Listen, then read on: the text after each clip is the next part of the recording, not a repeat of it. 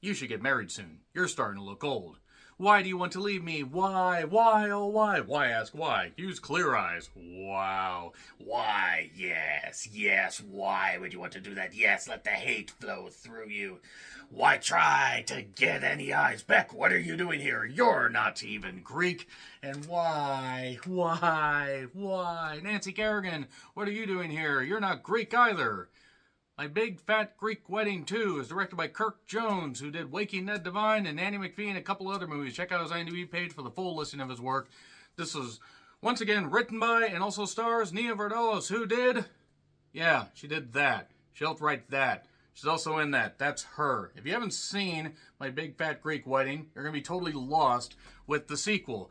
That's just more of this. Only with diminishing box office returns and also not as good, because My Big Fat Greek Wedding was really just a few sitcom episodes, human centipede together, and while admittedly it wasn't necessarily the most original concept and had a few misses, it had life and energy and enthusiasm. It was all about family, lots of family. Look how much family is in this thing. So you get all the family members back, including the dad, Michael Constantine, who's right there. Yes, believe it or not, that was Joey Fatone from NSYNC. But yes, Michael Constantine, who played Gus.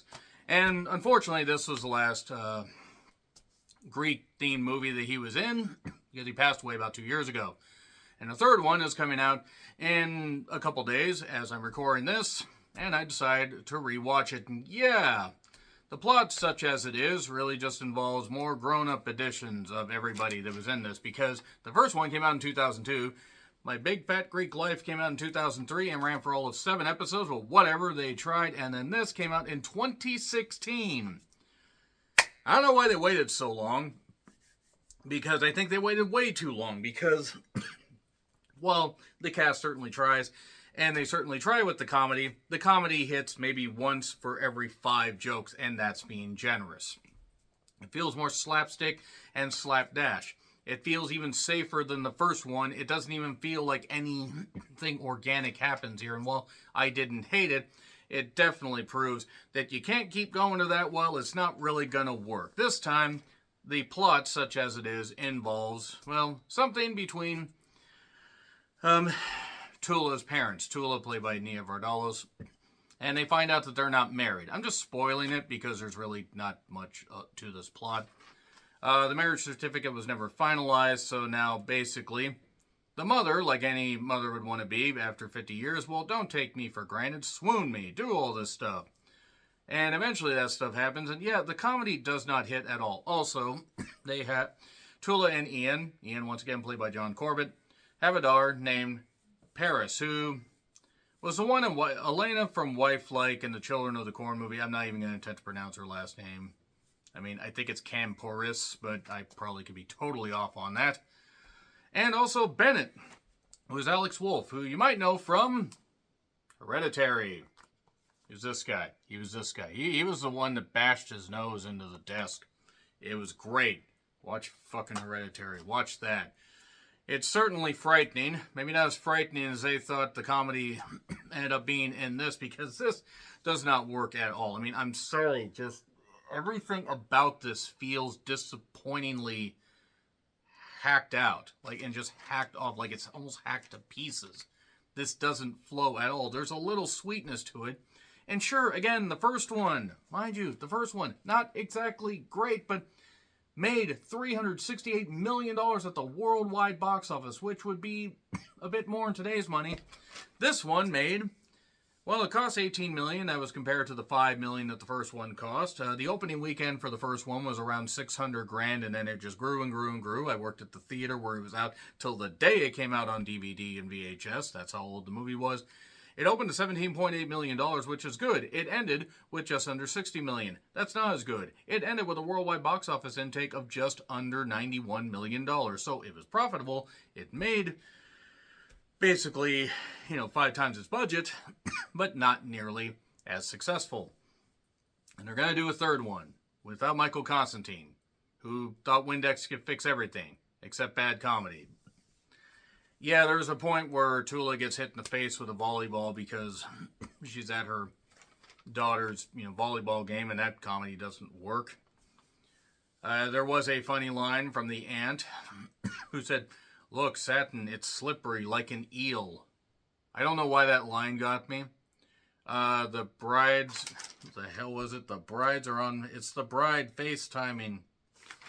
It's the bride on the FaceTime. I mean, bippity boppity. We might as well just gone with all that stuff. There really isn't much material to this because any comedy, at least 85 to 90% of it misses. And in the case of most of it, lands with a resounding thud. John Stamos was in this for some reason. Rita Wilson was also in this, considering she helped produce it. That makes sense. And Paris is debating whether she wants to go to college. Not in Paris, that would be too on the nose. Northwestern in Chicago or NYU in New York. And if you couldn't figure out that NYU is in New York, I really don't know what to do to help you. And while the dad is trying to figure out also if he is related to Alexander the Great, and watching Michael Constantine trying to use a computer at his age was hilarious. Reminds me of having to help various elderly people with directions or finding their way just simply out of the work that I do. Find a way out of the store. There's 2 exit doors. If you can't see that, you probably shouldn't be driving. And then there was a funny point where where Gus gets stuck in the bathtub. And then everybody gets injured. And everybody's being taken care of. And then he makes a proposal while on a stretcher. That's romantic, I guess. I mean, what better time to propose than when you're dramatically injured and likely feverish and probably unaware of your surroundings? But they're gonna go off without, it's gonna go off without a hitch. They're gonna get married. The wedding planner ends up firing the mother because the mother is too forceful. Tula is trying to do what she can, and again, this just doesn't hit. It just doesn't work. A little bit later, Paris ends up asking Bennett, played by Alex Wolff, if he will go to prom with her. And sure, there you go. I mean, that was, I guess, genuine, kinda, maybe, why not? No face bashing. That was disappointing because I felt like kind of bashing my face into the desk hoping that this movie would get funnier. So then everybody eventually comes together. We get the wedding. There's a cop, cop that's related to the family by marriage, and he gets a police escort to take everybody down to the goddamn, church where they're going to get married. There's a little side thing about these women that are just bitchy neighbors. Ian makes sure that he is always there wants to make sure that he's there for his parents.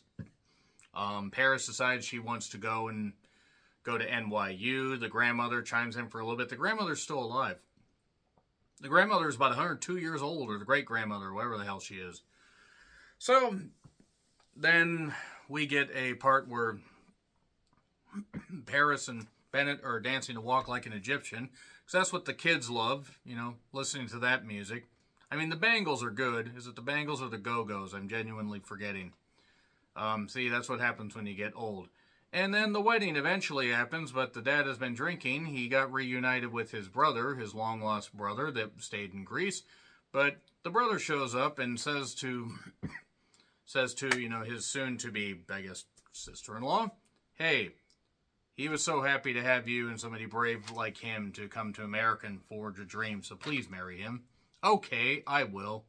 So they get married, and then it turns out Tula doctored a document, as it were, to say he was related to Alexander the Great and Opa, and then she goes off to college, Paris does, and that's it.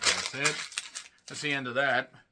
Does any of the comedy hit? No. Is it genuinely sweet? I don't know about genuinely, but it certainly tries. The third one will hopefully be more of the first one, but to be perfectly honest, it's the law of diminishing returns. When you have a hit like this and you try to capitalize on it, and then you wait about a decade and a half for the next one to come out, you're testing the patience of the audience. Had this come out in 2009, 2010, it might have worked better. And then the third one could have come out a number of years ago, and we could have had everybody reunited, and also we wouldn't have been stretching this thing out over 21 years.